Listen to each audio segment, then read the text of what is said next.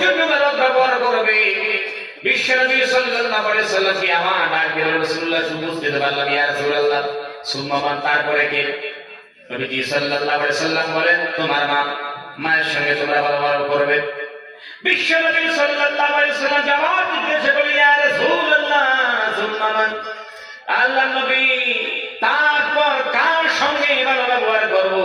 নবীজি বিশ্বনবী সাল্লাল্লাহু আলাইহি ওয়াসাল্লাম ডাক দিলেন অমুক তোমার মা, তারপরে কার? বলে তোমার আম্মা। তিনটা বার জনম দুখরি মায়ের কথা বলে মায়ের জাতির ইজ্জত বাড়িয়ে দিলেন। জোরে গাও সুবহানাল্লাহ। এগো ইজ্জত পৃথিবীতে কেউ দিতে পারে না, বিশ্বনবী সাল্লাল্লাহু আলাইহি ওয়াসাল্লাম দিয়েছে।